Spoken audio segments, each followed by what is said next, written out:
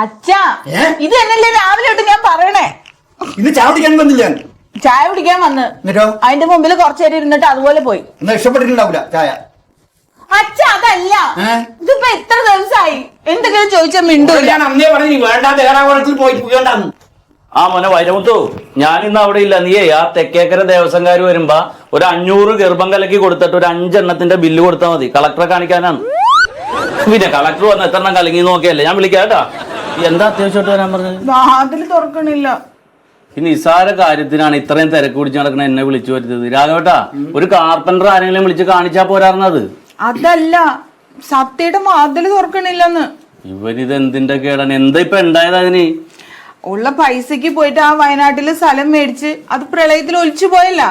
അത് കഴിഞ്ഞ് പിന്നെ ബസ്സിന്റെ കാര്യം അറിഞ്ഞില്ലേ? ബസ് വാങ്ങണ സമയത്ത് അവൻ എന്നോട് വിളിച്ച് ആലോചിച്ച്. ഞാൻ അന്നേ പറഞ്ഞാണ് അറിയാൻ പാടില്ലാത്ത കാര്യത്തിന് നിൽക്കണ്ട, നമുക്ക് അറിഞ്ഞുകൂടാത്ത കാര്യത്തിന് നമ്മ പൊട്ടിപ്പോവും. വെറുതെ ഈർക്കിലി പടക്കത്തുമെന്ന് തുടങ്ങിയല്ലേ. ഞാൻ ഇന്ന് ആരാണ്? ഞാൻ കോടിപതിയാണ്. നമുക്ക് ഇതൊന്നും ഉണ്ടായിട്ടും കൗരി ഉണ്ടായിട്ടും പറയണല്ല. നമുക്ക് അറിഞ്ഞുകൂടാത്ത കാര്യത്തിന് നമ്മൾ നിൽക്കരുത്. പറഞ്ഞ കേൾക്കണ്ടേ? എവിടെ മാറിയാന്ന് വിളിച്ചു നോക്കാം. വരാൻ പറ. സത്യ,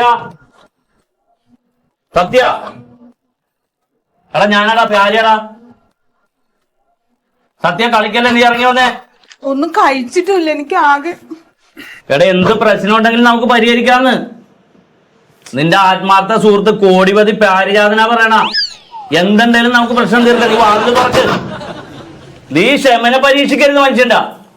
എടാ 3 വരെ ഞാൻ എണ്ണും. അതിനു മുമ്പ് നീ വാതിൽ തുറന്നില്ലെങ്കിൽ ചവിട്ടി പോയിട്ട് അകത്ത് കയറി ചവിട്ടി കൂടും ഞാൻ. സത്യ 1, വാതിൽ തുറന്നോ നീ. 2, 2.5, 2.60, 2.70. സത്യ നീ തുറന്നോ. 2.80. 3 കണ്ണിൽ പറയാന്ന്. ഇതിനൊരു ടൈമിംഗ് ഉണ്ട്.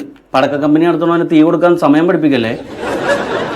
3 അത് ഞാനല്ല, നിന്റെ അച്ഛനാ പറഞ്ഞത്. 2.99.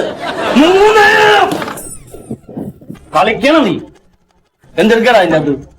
സത്യ, ഒരു ബിസിനസ് ആവുമ്പോ പരാജയപ്പെടും. ചിലപ്പോ എന്നെ പോലെ കോടീശ്വരനാവും. അതൊക്കെ ഇതിലുള്ളതാണ്.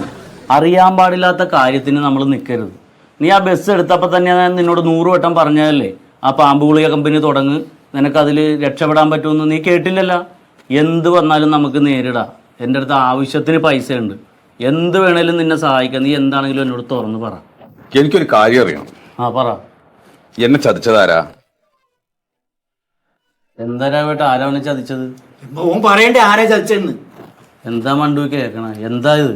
കുറച്ചു ദിവസമായിട്ട് ഇങ്ങനെ അറ്റവും മൂലമില്ലാത്ത വർത്താനം. സത്യത്തില് പ്യാരിയെ, എന്നെ ചതിച്ചത് ആരാ? ദൈവമാണോ? അതോ ഇടനിലക്കാരായിട്ടുള്ള ആളുകൾ ആരെങ്കിലും ആണോ? അതോ ദൈവം ഉണ്ടോ? ഈ ദൈവം ഇല്ലേ? അതിനുള്ള ഉത്തരം എനിക്ക് കിട്ടണ്ടേ? അതിനുള്ള ഉത്തരം എനിക്ക് ഇതുവരെ കിട്ടിയിട്ടില്ല. അത് കിട്ടണം.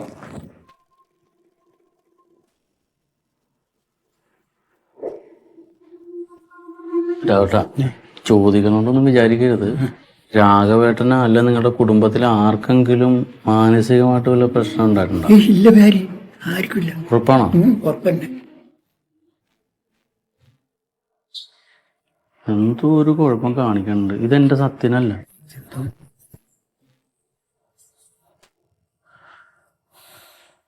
സത്യ, ആ നീ ചോദിച്ചതിൽ കാര്യമുണ്ട്. ഇല്ലേ, നിനക്ക് മനസ്സിലായില്ലേ? അതെ അതെ, അതാ ഞാൻ പറഞ്ഞോളൂ. അതിന് ഉത്തരം എനിക്ക് എന്തായാലും കിട്ടണേ. അത് തരാലോ. കമ്പനിയിൽ പറ. കമ്പനിയിൽ വൈരമുത്തുണ്ട്. വൈരമുത്ത് നന്നായി. ഓ നോക്കൂല്ലേ കാര്യങ്ങളൊക്കെ?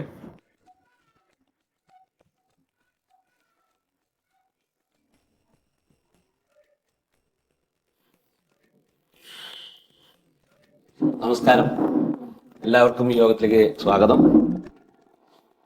നമ്മുടെ KK കുട്ടപ്പൻ സ്മാരക വായനശാലയുടെ 38ാമത്തെ വാർഷികമാണ് ഈ കൊല്ലം നമ്മൾ ആഘോഷിക്കാൻ പോകുന്നത്. എല്ലാ വർഷവും നമ്മൾ ഗംഭീരമായിട്ട് ആഘോഷിക്കാറുണ്ട്.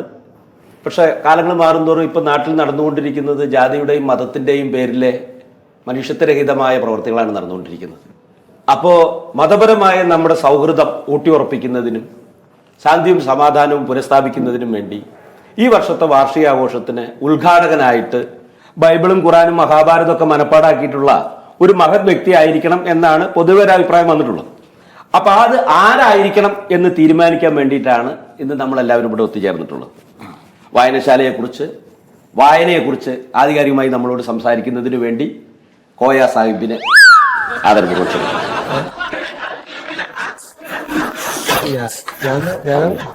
വർഷത്തെ കുറിച്ച് പറയാലോ.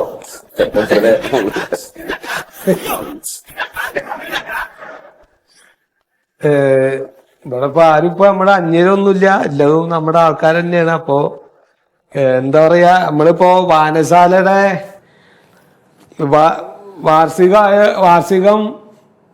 വാർഷികത്തിന്റെ ഒരു ഇതായ കാരണം ഇപ്പൊ ഇവിടെ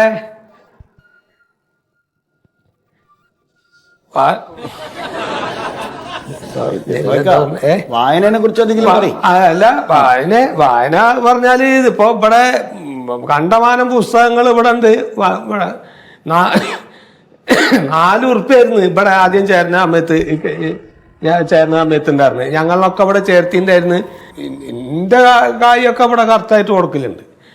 അതേമാതിരി കായ് കൊടുക്കാത്ത ആൾക്കാരുടെ പുസ്തകം ഇവിടെ തിരിച്ചു കൊണ്ടാത്ത ആൾക്കാരുണ്ട്. ഞാന് അങ്ങനെ എടുത്തുകൊണ്ട് പോകാത്ത കാരണം പിന്നെ അങ്ങനെ എന്നെ കുറിച്ച് അങ്ങനെ പരാതിയില്ല. പുസ്തകമൊക്കെ അങ്ങനെ കൊണ്ടുപോയി വെച്ചു. പിന്നെ പുസ്തകങ്ങളെ കുറിച്ച് പിന്നെ നല്ല നല്ല പുസ്തകങ്ങളാണ്. നല്ല അത് ഇവിടെ വന്ന എല്ലാവർക്കും അറിയാം. എല്ലാതും ഗംഭീര പുസ്തകം. ഈ അട്ടിക്കാണ് ഓരോ പുസ്തകങ്ങള്. അമ്മക്ക് അതിന്റെ ചട്ടയൊക്കെ കാണണം. എന്തൊരു വൃത്തിയും ഭംഗിയുള്ള ഓരോ നല്ല ചട്ടമുള്ള പുസ്തകങ്ങൾ, നല്ല പുസ്തകങ്ങളാണ്. അപ്പൊ അതല്ലല്ലോ നമ്മുടെ ഇപ്പൊ പറയാനുള്ള കാര്യം. അതല്ല, ഈ വായനശാലയുടെ വാർഷികത്തിന് വായനശാലയുടെ വാർഷികത്തിന് വെള്ളമൊന്നും കൊണ്ടുവന്ന് വെച്ചില്ല ഇവിടെ. ആര് വേണം ഉദ്ഘാടകം എന്നുള്ളതാണ് ഇപ്പൊ നമുക്ക് ചർച്ച വരേണ്ടത്. അത് ആരെങ്കിലും വേണല്ലോ, ആരെങ്കിലും ഇല്ലാണ്ട് എങ്ങനെയാണ്? നിങ്ങളെ അഭിപ്രായത്തിലുള്ള ഒരാളെ പറഞ്ഞോളൂ. ഞാൻ എന്റെ അഭിപ്രായത്തിൽ ഇപ്പൊ ഈ എല്ലതും സാഹിത്യമായിട്ട് ബന്ധപ്പെട്ട അതെ, അങ്ങനെ സാഹിത്യം ആയിക്കോട്ടെ, സാഹിത്യം നല്ല അറിയപ്പെടുന്ന ഒരു സാഹിത്യകാരൻ ഉള്ള ഒരു മമ്മൂട്ടീനെ വിളിക്കാലോ. നിങ്ങൾ എന്ത് വർത്തനം അറിയണ ആളല്ലേ, എല്ലാവർക്കും അറിയണ ആളല്ലേ. മമ്മൂട്ടി സാഹിത്യകാരനാ, സിനിമ നടനല്ലേ? സിനിമ മൂപ്പരൊക്കെ നിങ്ങൾ വിളിക്കുമ്പോഴേക്ക് വരാൻ നിൽക്കുക. നമ്മളെ ഈ ലോക്കൽ ലൈബ്രറിന്റെ വാർഷികത്തിന് വരില്ല. നല്ലൊരു കാര്യല്ലേ. വേറെ എന്തെങ്കിലും പടി കോയക്കാൻ നിങ്ങള് പറഞ്ഞല്ലോ, നമ്മൾ ഈ ബൈബിളും ഖുറാനും മഹാഭാരതമൊക്കെ അറിയുന്ന ഒരാൾ, പ്രാസംഗികനാണ് നമ്മൾ ഉദ്ദേശിക്കണല്ലോ. ഇതൊക്കെ പാടറിയണവരപ്പോ എവിടുന്ന അല്ല, അങ്ങനെയുള്ള പണ്ഡിതന്മാരുണ്ടല്ലോ പ്രാസംഗികര്. അങ്ങനെ സുധേട്ടാ, നിങ്ങളെ അറിവിൽ ആരെങ്കിലും ഉണ്ടെങ്കിൽ അത് പറയും. അല്ല, എന്നാ പിന്നെ അങ്ങനെ വെച്ചാൽ എന്റെ അഭിപ്രായത്തിൽ ഞാൻ പറയാ, നല്ല 1-ാം തരം പ്രാസംഗനാണ് സമദാനി. എന്താ കുഴപ്പം? സമദാനി ഒന്നും വരില്ല, അയാൾക്ക് തിരക്കുള്ള മനുഷ്യനാണ്. ഇക്കറിയണ ആൾക്കാരനല്ലേ ഇപ്പൊ ഇക്ക് പറയാൻ പറ്റുള്ളൂ. എന്താ ഇപ്പൊ ഇത് പറയണത്? അതെ, നമുക്ക് ഇരുന്ന് ഡിസ്കസ് ചെയ്യാം. അല്ല, അങ്ങനെയാണെങ്കിൽ എന്റെ അറിവിൽ ഒരാളുണ്ട്, ഫാദർ ജോസഫ് അട്ടപ്പാറ. നല്ല പ്രാസംഗികയാണ്, തൃശ്ശൂരിലാണല്ലേ? അതെ അതെ. 3 മതഗ്രന്ഥങ്ങളെ കുറിച്ചിട്ട് നല്ല പാണ്ഡിത്യമുണ്ട്. ഒരു 1.5 മണിക്കൂർ പ്രസംഗിക്കും. അത് ശരി. എന്താ പണി മൂപ്പർക്ക്? നല്ല പ്രാസംഗികനാണ്, ക്ലാസ് എടുക്കാൻ പോകുന്ന ആളാണ്. അതെ അതെ. അല്ല, വരാ ഒഴിവുണ്ടോ? അല്ല, അതാണ് നമ്മൾ മുൻകൂട്ടി തീരുമാനിക്കുന്നത്. നമുക്ക് അദ്ദേഹത്തെ എന്താ സുമേഷ് ഏട്ടാ? അതൊന്നും വേണ്ട. അതിനേക്കാളും നന്നായിട്ട് പ്രസംഗിക്കുന്ന ഒരാളുണ്ട്. സ്നേഹാനന്ദ സ്വാമി. സ്നേഹാനന്ദ സ്വാമി, അയാൾ പുസ്തകം എഴുതിയിട്ടുണ്ടോ സുമേഷേട്ടാ? അതിവിടെ വരണ്ട് ചോദിക്കാലോ. ഇപ്പൊ അതിന് വേണ്ടിയിട്ട് മൂപ്പറിനെ ഇതുവരെ വിളിച്ചു വരുത്തണോ? അതിന് നല്ലത് ഫാദർ. അതും വേണം. ഇതൊരു ലൈബ്രറിയാണ്. അതെ, അതാ ഞാൻ പറയുന്നത്. അപ്പൊ നമ്മൾ ലൈബ്രറിക്ക് അനുസരിച്ചാണെങ്കിൽ ഫാദറെ കൊണ്ടുവരണം. താനിപ്പോ പറഞ്ഞെന്താ വെച്ചാൽ എല്ലാം കൂടി അറിയണ ആൾക്കാർ വേണമെന്നുള്ള. അതുകൊണ്ടാണ് ഞാൻ പറഞ്ഞു ഫാദർ മതി.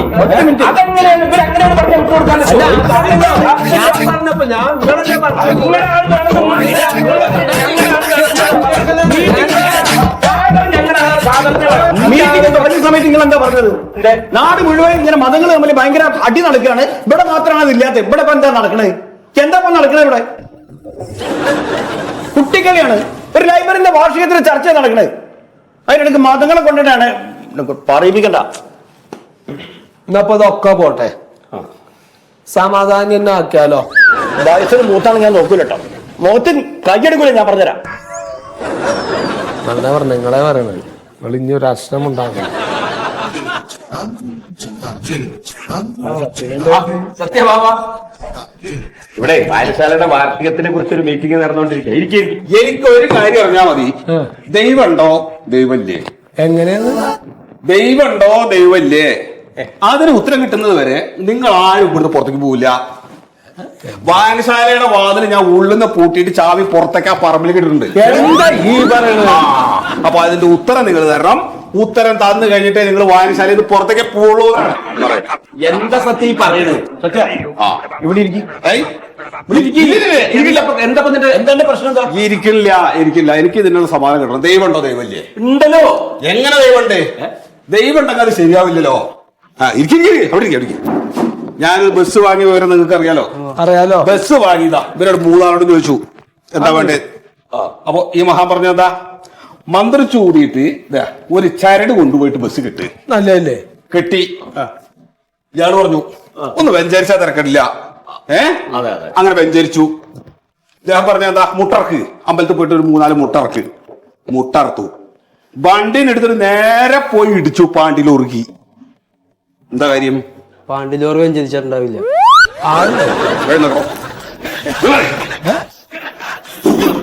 അപ്പൊ ദൈവമുണ്ടോ ദൈവമില്ലേ? അതെ. എന്നെ ചതിച്ചതാരാണ്? എന്നെ ചതിച്ചത് ആരാ? ദൈവമാണോ അതോ ഇടനിലക്കാരായിട്ടുള്ള ഇവരാണോ? അതൊരു ചോദ്യം. അല്ല, അതായത് ഒരു സമാധാനം പറയേണ്ട ചതിച്ചതല്ല, അത് ഒരു യോഗാണ്. അത് യോഗത്തിനെ പറ്റിയിട്ട് സംസാരിക്കരുത്. യോഗത്തിനെ പറ്റിയിട്ട് നിങ്ങൾ സത്യം ഞാൻ ചോദിക്കട്ടെ, ബസ്സിന് ഇൻഷുറൻസ് ഉണ്ടല്ലോ? ഉണ്ട്. അപ്പൊ എനിക്ക് കിട്ടൂലേ? തുക കിട്ടൂലേ? തുക കിട്ടലല്ലോ വിഷയം.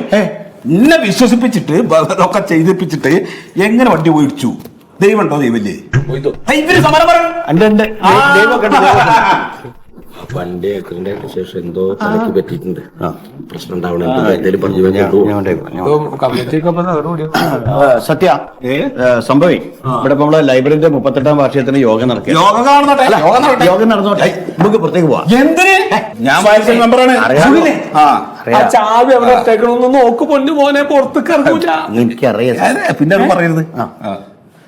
സത്യേട്ടാ, വായനശാല ചാവിയോടെ വെച്ചേക്കണം. ചാവിന്റെ അടുത്ത് തരില്ല. ഞാന് കയ്യിലുണ്ടോ? കയ്യിലില്ല.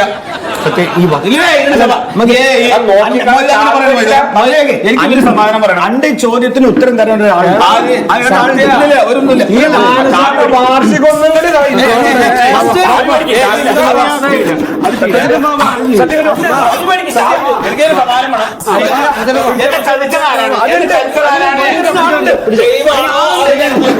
ആളുണ്ട്. സത്യ ആളുണ്ട്.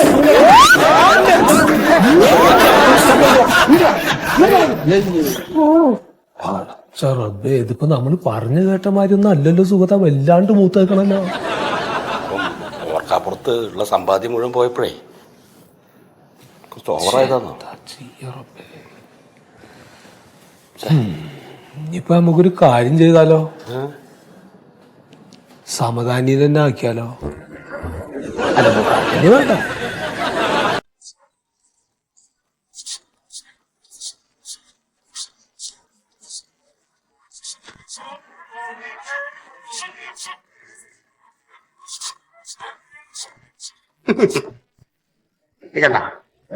സ്മൈൽ. പ്രശ്നങ്ങളെ ചിരിച്ചുകൊണ്ട് അങ്ങ് നേരിടുക. ഒരു പ്രശ്നമില്ല. അപ്പോ ദൈവം ഉണ്ടോ എന്നുള്ള സംശയമാണ് അയാളുടെ പ്രശ്നം, അല്ലേ? ഞാൻ അതിനുള്ള പരിഹാരം ഞാൻ അയാൾക്ക് പറഞ്ഞു കൊടുത്തോളാം. അയാളെ വിളിക്കും. ഞാൻ ഒന്ന് പേഴ്സണലായിട്ട് സംസാരിക്കട്ടെ. നിങ്ങൾ പുറത്ത് നിൽക്കൂ. പോകണമെങ്കിൽ പൊക്കോളൂ കേട്ടോ. നീ കുറച്ച് കൂടുതൽ സംസാരിച്ച് അയാളുടെ കാര്യങ്ങളൊക്കെ ഒന്ന് നല്ലപോലെ പഠിക്കാനുണ്ടോ? ശരി.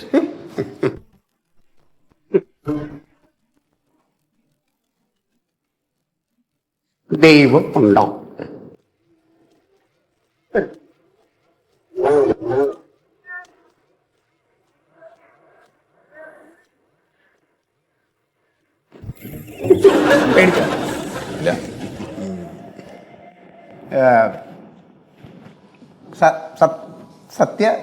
സത്യശീലൻ. ദൈവം ഉണ്ടോ എന്നുള്ളൊരു വലിയ സംശയം ഉള്ളിൽ കിടന്ന് ഇങ്ങനെ മറിയുകയാണ്, അല്ലേ? എന്റെ ആകെയുള്ള സംശയം സാറേ, ദൈവം ഉണ്ടോ ദൈവം ഇല്ലേ എന്നുള്ളതാണ്.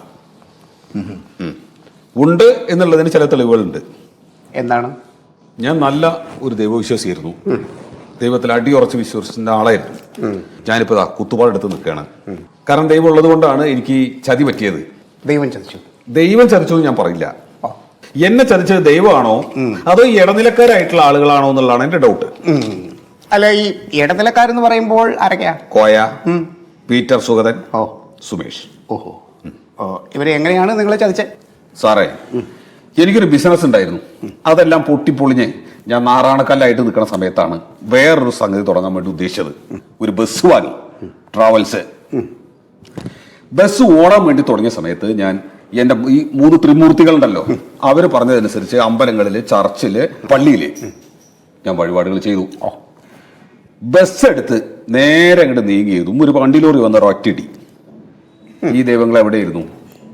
എന്നെ ചതിച്ചത് ദൈവങ്ങളാണോ അതോ ഈ ഇടനിലക്കാരായിട്ടുള്ള ആളുകളാണോ എന്നുള്ളതാണ് എന്റെ സംശയം. ഈ ദൈവമുണ്ടോ എന്നുള്ള ചോദ്യം ഉന്നയിക്കുന്ന ലോകത്തിലെ ആദ്യത്തെ വ്യക്തി അല്ല സത്യശീലൻ. ഇത് ലോകമുണ്ടായ കാലം മുതൽ എല്ലാവരുടെയും ഉള്ളിൽ ഇങ്ങനെ തിളച്ചുകൊണ്ടിരിക്കുന്ന ഒരു സംശയമാണ്, ദൈവമുണ്ടോ ഇല്ലയോ എന്നുള്ളത്. ഞാൻ പറയുന്നത് കിട്ടുന്നുണ്ടല്ലോ? എനിക്ക് നിങ്ങളോട് പറയാനുള്ളത് ദൈവം ഉണ്ട് എന്നുള്ളതാണ്. ഒരു ശക്തി ഉണ്ട്, ആ ശക്തിയിൽ നമ്മൾ വിശ്വസിക്കുക, ദൈവത്തെ മുറുക്കെ പിടിക്കുക. ഞാൻ 10ാം ക്ലാസ് 2 വട്ടം തോറ്റു. 3ാമത്തെ പ്രാവശ്യമാണ് ഞാൻ 10ാം ക്ലാസ് പാസ്സായത്. എന്നിട്ട് ഞാൻ ഡോക്ടറായില്ല.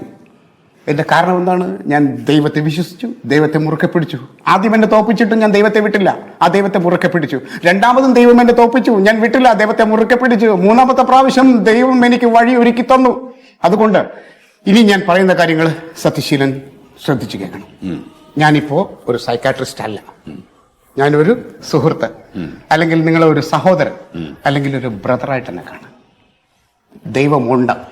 സത്യശീല, ദൈവത്തെ മാത്രം വിശ്വസിച്ചുകൊണ്ട് മുന്നോട്ട് പോകുക.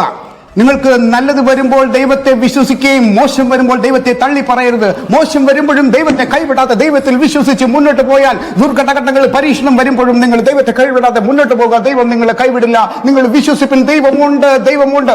നിങ്ങൾക്ക് പുതിയ വഴികൾ തുറന്നു തരും ഈ ദൈവം. നിങ്ങൾക്ക് അതിലൂടെ സഞ്ചരിക്കാം. ആ പാതയിലൂടെ നിങ്ങൾക്ക് സഞ്ചരിച്ച് നിങ്ങൾക്ക് വിജയത്തിലേക്ക് പോകാം. വലിയ വലിയ സാമ്രാജ്യങ്ങൾ നിങ്ങൾക്ക് പടുത്തുയർത്താൻ പറ്റും. ദൈവമുണ്ട്, ദൈവമുണ്ട്, ദൈവമുണ്ട്.